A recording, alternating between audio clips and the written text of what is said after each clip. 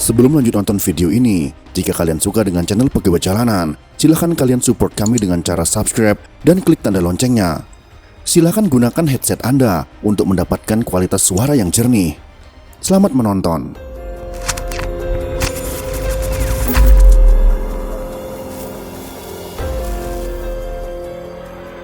Presiden keempat, saya juga kenal sama beliau, Gus Dur. Saya dulu tukang pijitnya Gus Dur. Kalau orang yang paling ikhlas kepada rakyat Indonesia itu Prabowo. Ikhlasnya seperti apa, Gus? Ya banyak lah. Yang dia bikin itu menunjukkan betapa dia ikhlas betul kepada rakyat Indonesia. Yang lain tidak ikhlas? Ya nggak tahu ya. Presiden keempat Republik Indonesia, yaitu Abdurrahman Wahid alias Gus Dur, disebut memiliki karomah bagi orang yang mempercayainya, jika karomah itu ada. Beliau dipercaya bisa melihat masa depan. Bahkan setiap hal yang diramalkannya terbukti benar di kemudian hari. Salah satu ramalannya yang menjadi nyata adalah ketika ia meramalkan Joko Widodo bakal menjadi Presiden Republik Indonesia. Ucapan itu dilontarkannya pada tahun 2006 silam, saat Jokowi masih menjabat wali kota Solo. Dalam materi berikut ini, kita akan melacak apa saja ramalan Gus Dur yang terbukti menjadi kenyataan. Apakah sesungguhnya Gus Dur mempunyai kemampuan meramal, ataukah beliau hanya mempunyai intuisi yang sangat tajam? Berikut ini adalah ramalan Gus Dur yang telah menjadi kenyataan. Jokowi menjadi presiden.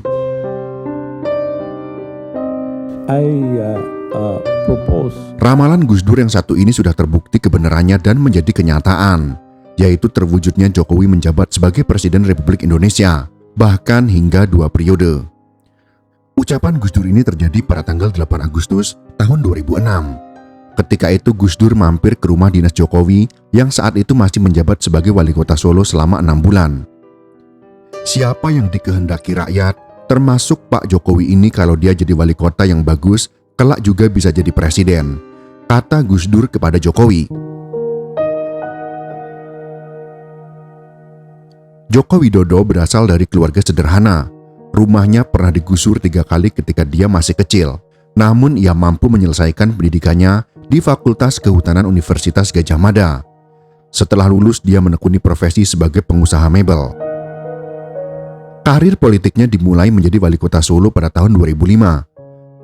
Pada Pilkada Kota Solo tahun 2005 kala itu, Jokowi diusung oleh Partai Demokrasi Indonesia Perjuangan atau PDIP dan Partai Kebangkitan Bangsa atau PKB untuk maju sebagai calon wali kota.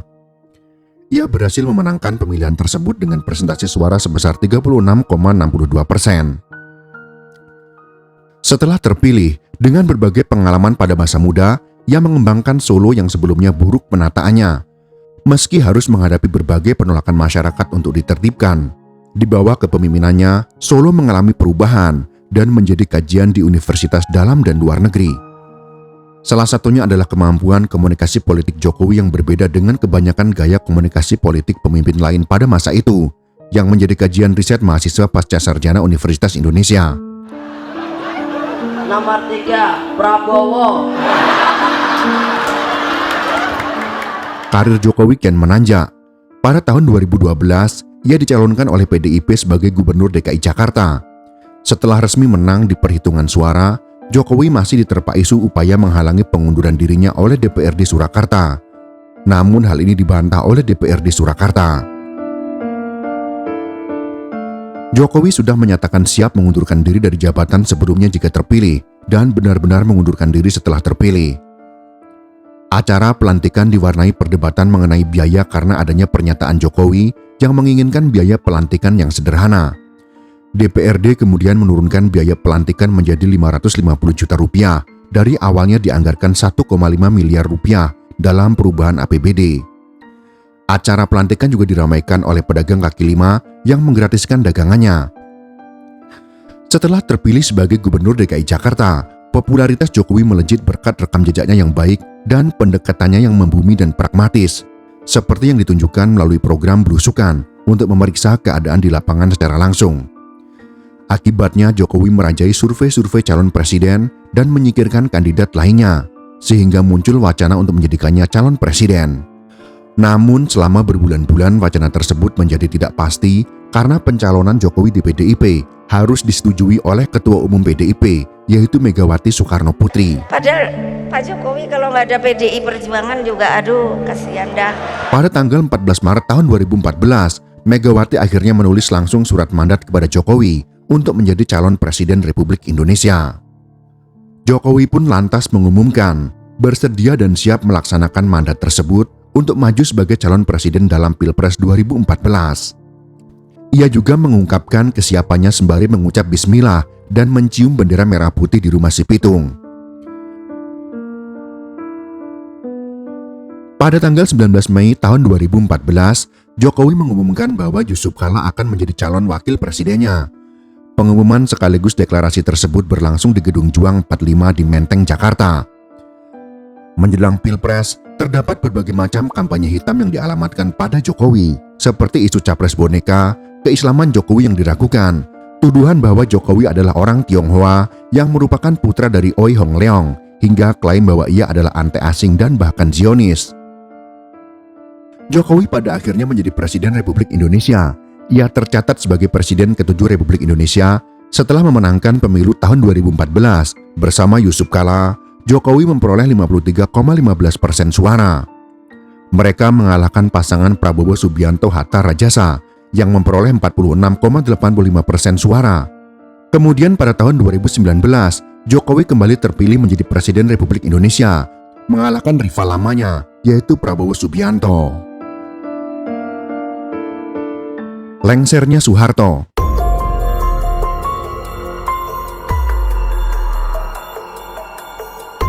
Disampaikan Kiai Haji Bukhari Mastruri bahwa Gus Dur pernah bercerita kepadanya. Gus Dur mengatakan Soeharto akan turun dari jabatannya sebagai orang nomor 1 di Indonesia kala itu. Pernyataan itu disampaikan tepat 11 bulan sebelum lengsernya Soeharto. Saat itu Gus Dur, Kiai Haji Bukhari Mastruri, dan yang lainnya tengah membahas sebuah masalah. Kemudian Gus Dur memotong pembicaraan mereka dan mengatakan dengan bahasa Jawa bahwa Soeharto akan segera lengser dari jabatannya.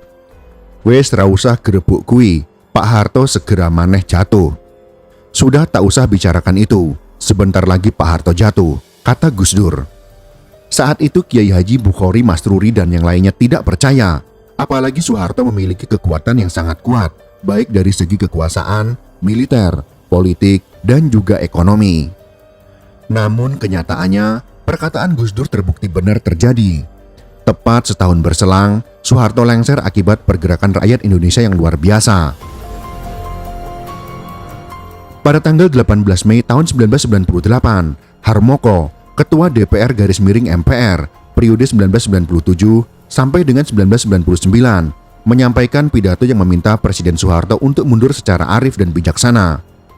Namun pada pukul 23 waktu Indonesia Barat, Menhankam atau Panglima ABRI Jenderal TNI Wiranto menyatakan bahwa pernyataan Harmoko merupakan pandangan pribadi karena tidak melalui mekanisme rapat DPR.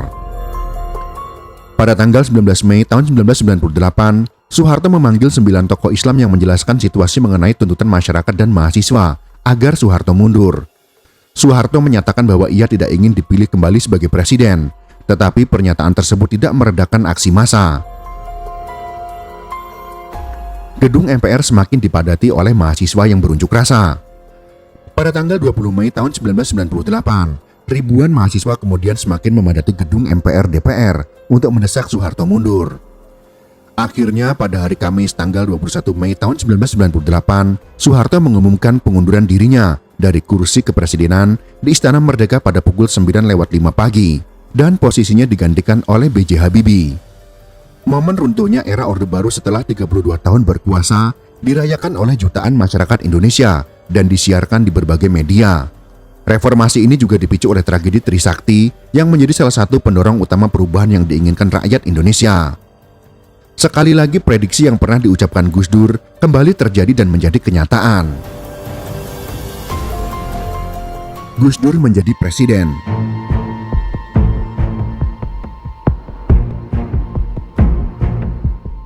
Entah optimismenya yang terlalu besar atau Gus Dur memang memiliki karomah melihat masa depan. Namun Gus Dur pernah berujar tentang dirinya yang akan menjadi presiden. Ucapan Gus Dur ini merupakan potongan cerita perbincangannya dengan Luhut Binsar Panjaitan. Saat itu, Luhut bertemu dengan Gus Dur ketika hendak berangkat menjadi duta besar Indonesia untuk Singapura. "Kamu gak perlu pergi menjadi duta besar karena sebentar lagi saya akan menjadi presiden," ucap Gus Dur kepada Luhut Binsar Panjaitan. "Ini kiai saya ada 9, ada 1 dari Lampung. Saya dapat bisikan kalau saya jadi presiden," kata Gus Dur kembali melanjutkan. Luhut saat itu menghiraukan perkataan atau celotehan Gus Dur dan tetap berangkat terbang ke Singapura untuk menjadi duta besar. Namun tak disangka, Luhut kaget melihat nama Gus Dur ada dalam kandidat calon presiden pada pemilu tahun 1999. Dan benar saja, hasilnya Gus Dur terpilih sebagai Presiden keempat Republik Indonesia pada tahun 1999. Pada bulan Juni tahun 1999, Partai PKB ikut serta dalam arena pemilu legislatif. PKB memenangkan sekitar 12% suara, dengan PDIP memenangkan 33% suara. Dengan kemenangan partainya, Megawati diperkirakan akan memenangkan pemilihan presiden pada sidang umum MPR. Namun, PDIP tidak memiliki kursi mayoritas penuh, sehingga membentuk aliansi dengan PKB. Pada bulan Juli, Amin Rais membentuk Poros Tengah, koalisi partai-partai Muslim. Poros Tengah mulai menominasikan Gus Dur sebagai kandidat ketiga pada pemilihan presiden, dan komitmen PKB terhadap PDIP mulai berubah. Pada tanggal 7 Oktober tahun 1999, Amin dan Poros Tengah secara resmi menyatakan Abdurrahman Wahid sebagai calon presiden. Pada tanggal 19 Oktober tahun 1999, MPR menolak pidato pertanggungjawaban Habibie dan ia mundur dari pemilihan presiden. Beberapa saat kemudian, Akbar Tanjung, Ketua Golkar, dan Ketua Dewan Perwakilan Rakyat atau DPR menyatakan Golkar akan mendukung Gus Dur. Pada tanggal 20 Oktober tahun 1999, MPR kembali berkumpul dan mulai memilih presiden baru. Abdurrahman Wahid kemudian terpilih sebagai Presiden Indonesia keempat dengan 373 suara, sedangkan Megawati Soekarno Putri hanya memperoleh 313 suara. Ketua MPR Profesor Dr. Amin Rais adalah penipu. Tidak senang karena calon mereka gagal memenangkan pemilihan, pendukung Megawati mengamuk dan Gus Dur menyadari bahwa Megawati harus terpilih sebagai wakil presiden. Setelah meyakinkan Jenderal Wiranto untuk tidak ikut serta dalam pemilihan wakil presiden dan membuat PKB mendukung Megawati, Gus Dur pun berhasil meyakinkan Megawati untuk ikut serta. Pada tanggal 21 Oktober tahun 1999, Megawati ikut serta dalam pemilihan wakil presiden dan mengalahkan Hamzah Has dari Partai P3. Prabowo jadi presiden di usia tua.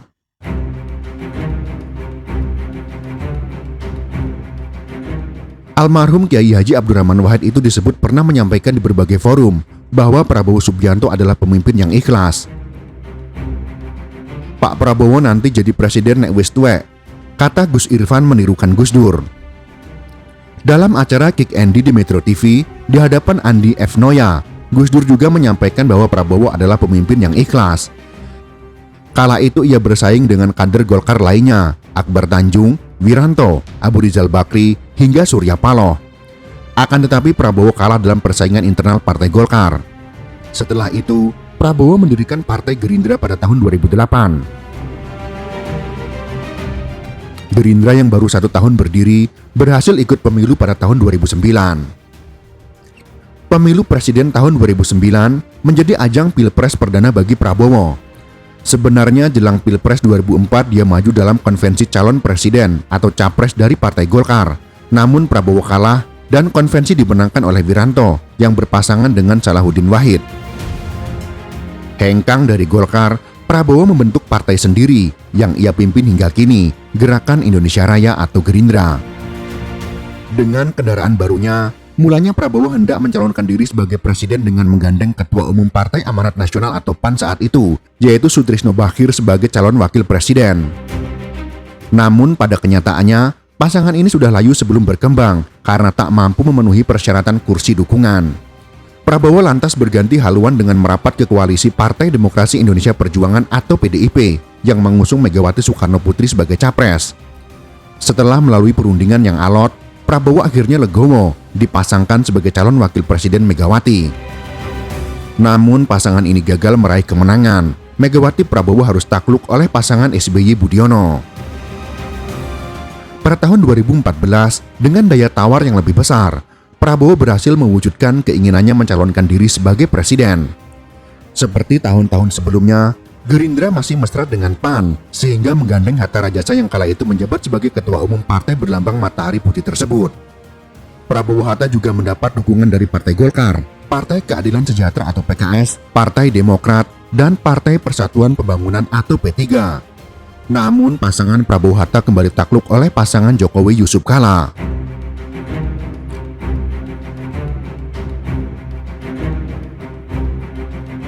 Tak menyerah, Prabowo kembali maju di gelanggang Pilpres tahun 2019. Pada pencalonan ketiganya, dia menggandeng Sandiaga Uno yang saat itu masih menjabat sebagai Wakil Gubernur DKI Jakarta. Sandiaga juga merupakan rekan satu partai Prabowo di Gerindra yang menjabat sebagai Wakil Ketua Dewan Pembina Partai. Selain Gerindra, pasangan Prabowo Sandiaga diusung oleh 3 partai lainnya, yakni Partai Demokrat, PKS, dan juga PAN. Saat itu Prabowo lagi-lagi harus berhadapan dengan Jokowi. Petahana tersebut menggandeng Ketua Majelis Ulama Indonesia atau MUI yaitu Ma'ruf Amin.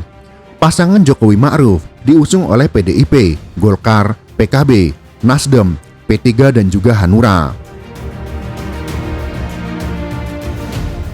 Pilpres 2019 pun menjadi momen ketika Prabowo menelan kekalahan di Pilpres. Untuk kedua kalinya, Prabowo gagal mengungguli Jokowi. Akhirnya pada tahun 2024, ucapan Gus Dur yang mengatakan bahwa Prabowo akan menjadi presiden di usia tua akhirnya terwujud. Prabowo yang berpasangan dengan anak sulung Jokowi menang telak melibas 2 kandidat lainnya, yaitu Ganjar Pranowo Mahfud MD dan Anies Baswedan Muhaimin Iskandar. Prabowo akhirnya dilantik secara resmi menjadi Presiden Republik Indonesia ke-8 pada tanggal 20 Oktober tahun 2024 dalam usia yang sudah tidak muda lagi, yaitu 73 tahun. Itulah beberapa ramalan atau ucapan Gus Dur yang di kemudian hari menjadi kenyataan. Terserah Anda mau meyakini apapun tentang ucapan itu. Anda bisa meyakini Gus Dur mempunyai kemampuan supranatural atau karomah wali untuk meramal, ataupun hanya menganggap semua ucapan Gus Dur hanyalah kebetulan semata. Yang jelas prediksi atau celutukan-celutukan Gus Dur ada beberapa yang menjadi kenyataan. Mungkin ada juga ucapan Gus Dur yang tidak terjadi, tapi tidak dipublis. Sedangkan yang terrealisasi terjadi, diposting di sana-sini. Kesimpulan kami serahkan kepada Anda masing-masing. Itulah sekelumit pembahasan tentang ramalan Gus Dur yang menjadi kenyataan. Semoga informasi ini bisa bermanfaat dan menambah pengetahuan untuk kita semua. Jika kalian suka dengan video ini, silakan berikan jempol ke atas. Dan jika kalian menganggap video ini bermanfaat, maka bagikanlah untuk teman-teman Anda yang lain. Terima kasih sudah menonton.